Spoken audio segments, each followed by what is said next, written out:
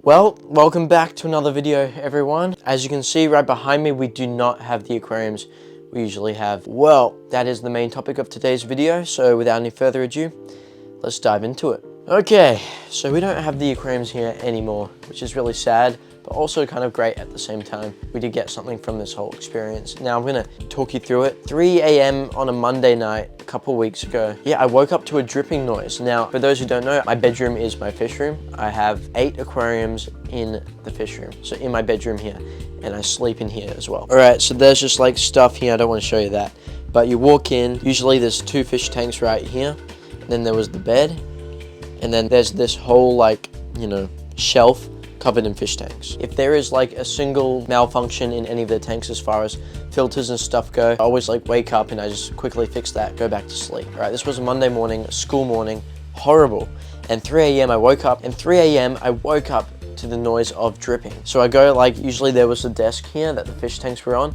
And so I got up, I looked around these tanks first on the bookshelf. I didn't see anything weird going on.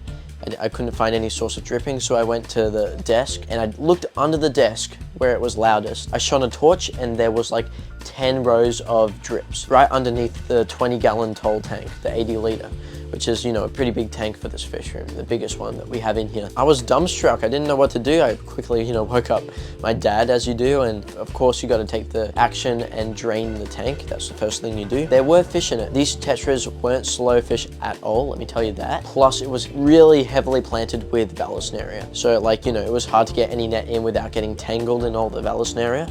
And it was really long, really big clumps. Yeah, not easy at all, and it was at 3 a.m. in the morning, which made it 10 times worse. Luckily, the tank hadn't drained much at all. When I woke up and saw the dripping, so we drained the tank, caught the fish, I put them in the bag, bagged them up, and we had to move into another tank. These were the red Columbian Tetras. Pretty nasty fish, probably the closest thing you get to a piranha. That sums it up for you.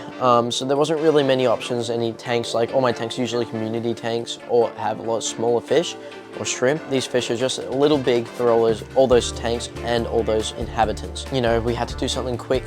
I needed to put them in one of the tanks, so we decided to chuck them in here. In the tank we recently aquascaped. There was no fish in it at all, and I thought, let's just chuck them in here, and honestly, they look really cool. I am going to get rid of them soon. I'm going to give them away because I don't really want them anymore. For this tank, I really want to have lots of small little fish to make the tank seem a lot bigger because it's only a 2-foot tank. This is just temporary, don't worry. Now, the drain tank we took outside, put it in hard rubbish, put a label on the street to say that it was a leaking tank and, should not be taken by anyone. We had the other tank right next to it. Let me show you what I did. We moved the little Endler guppy tank here. So right next to this cube-like tank. And yeah, I got rid of the mini cube that was in that spot. It looks so complete. Oh my God. Yep, and just like that, we don't have the tanks here anymore. Yeah, kind of sad, but I'm happy at the same time. I got a new bed that is way more comfortable, way bigger, and yeah, can't complain. Honestly, I've had my work cut out already with just the tanks that I've got now. I don't think I could have kept up with 11 aquariums. I think 9 is the quota. All right, I think that's fair. Yeah, with that said, all right, this is just the start of the video. We have a massive unboxing to get through now. So with that said, let's head back in time and unbox some new fish and shrimp. Oh, we've got $350 worth of fish in here. I've been waiting a couple days for it and I'm dying with anticipation right now. So let's get this open. Yeah, this is the second package I've gotten with Micro Aquatic Shop in the last month. Been loving them so much. I highly recommend, if you're in Australia, go check out Micro Aquatic Shop online. They sell some great plants, great aquatic life, lots of nano fish and that sort of thing. Fuck. Ah, you f***ed. Alright. This is a big delivery. We've got quite a few stuff we've got to get through. Oh my God. This is beautiful. This is what I've got here. A bunch of little bags. What are these? Oh, okay. These are the pygmy cories. I've got some pygmy corridors, a nice group of them for the recent 2-foot tank that we've set up. Should be in there. As you can see, there's little pygmy cories there. By far the cutest catfish out there. I'm excited to get a group in here. I've never really had a group of pygmy cories before, so I'm gonna go ahead and float him. Let's keep going. Wait, what are these? What did I order? I can't remember what these are. 8 green. Oh, green neon tetras. I forgot I ordered them. God. Yeah, we got 8 green neon Tetras in here. Also never kept these before. I've heard they're pretty shy, but the tank I'm putting them in has a lot of open space and not a lot of hiding spots. So hopefully, you know, they will learn to swim out in the open more. Keep going. Here we've got the Dwarf Rasbora. So I've got 7 of those. We're gonna put it in a scape that I haven't really shown much on the channel. I didn't actually film making it on the channel or anything. But we're just gonna go into that one. I'll have to show you. These fish will look beautiful in it. So I'm gonna go chuck them in. Yes. Right here we've got 2 guppies, 2 male guppies. Got a beautiful dragon tail Dumbo guppy, I'm pretty sure. And I got an assorted guppy for the first time online. And they did pick out a decent one. I mean, that's all right. No complaint. Anyway, I'm gonna get them in as well. Next up we've got, we got the plant that I ordered. I had some extra money to spend and I didn't know what to spend it on, so I just like picked this plant because I've never grown it before. Bacopa Monieri. Pretty sure it's a smaller Bacopa. Oh yeah, and we got 10, okay, I just saw the Columbian Tetras trying to attack the shit out of the green neon Tetras. Kinda looks like it could definitely stuff one in its mouth. So, I'm not gonna risk that. I've decided I'm gonna move him to the one next door. Alright, that's really concerning. Pretty expensive too, like, and here we got the Sakura Red Cherry Shrimp. They advertise them as Sakura Red. I don't know what exactly that means. They looked alright on the photos, and some of them looked to be a bit more bland.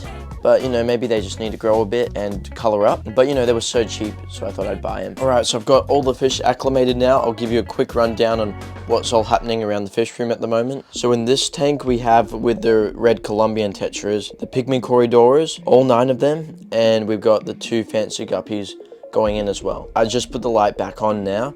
Had it off while they were acclimating just to reduce some of the stress. They're about to go in, so I thought I may as well put it on. We've also got the green neon Tetras going in this aquarium here. Recently just trimmed it up, so it does look a bit rough, but bear with me. It will look so good with the green neon Tetras in here. I was going to put them in this tank, but these guys looked like they were a bit ravenous. It's a lot more peaceful in here, so we'll put the really small peaceful fish down here in this aquarium. It's hard to show right now, but we've got the Dwarf Rasboras going in. We've got 7 of them, and that will just add so much action along this bottom section of the fish rack. So I'm really looking forward to having some real action in there now. Lenny, chill out, buddy. Chill out. I'll let you out, mate. This is literally about to overflow. I've been drip acclimating the shrimp. They're gonna go in this tank. They're gonna look so good, hopefully. So with that said, no more talking, and let's get all the fish in the aquariums.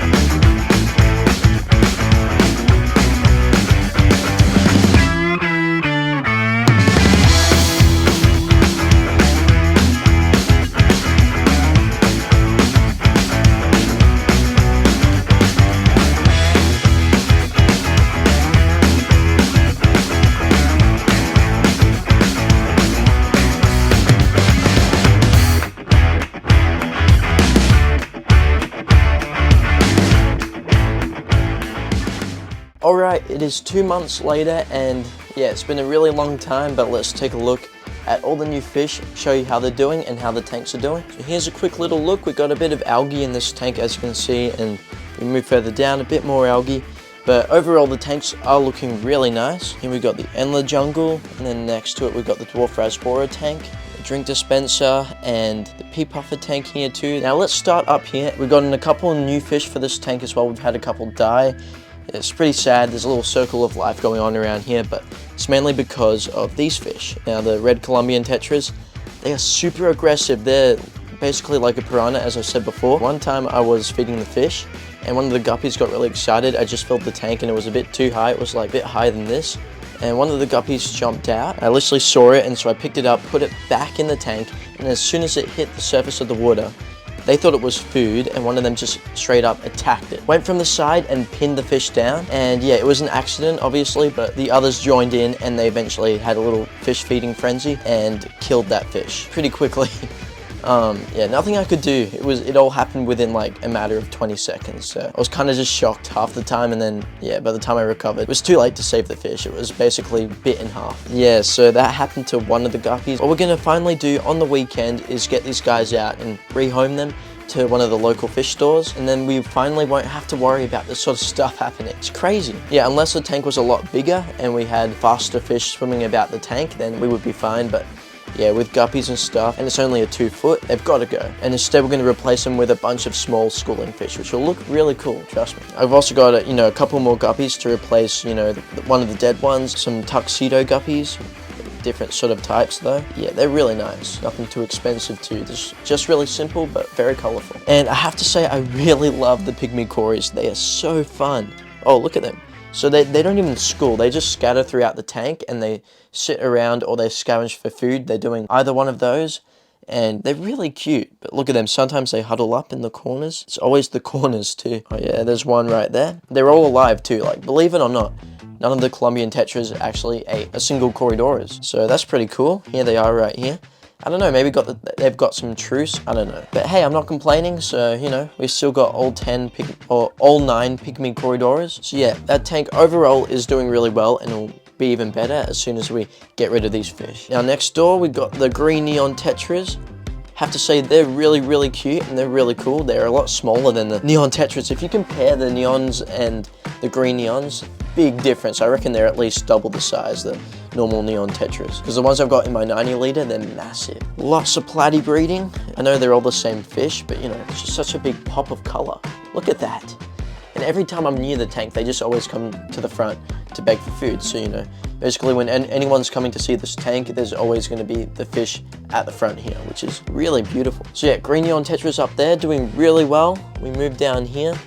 We've got the Dwarf Rasboras. None have died either. They're all really healthy and really colored up. Look at that. They're almost like chili Rasboras and they're even bigger. So, that's pretty cool. And they're really easy. They're really easy to feed. They just take all the crushed granules that I feed all the other nano fish. But yeah, they're really fire. And I highly recommend them if you've got a small tank that you don't really have many options for stocking. Underrated, I have to say. Like, these were kind of my only choice when I wanted to get fish for this tank, but honestly, I would buy them again. They're really cool. We move across here, and I've got some more fish in that 2 months for this tank, and that is a sparkling gourami.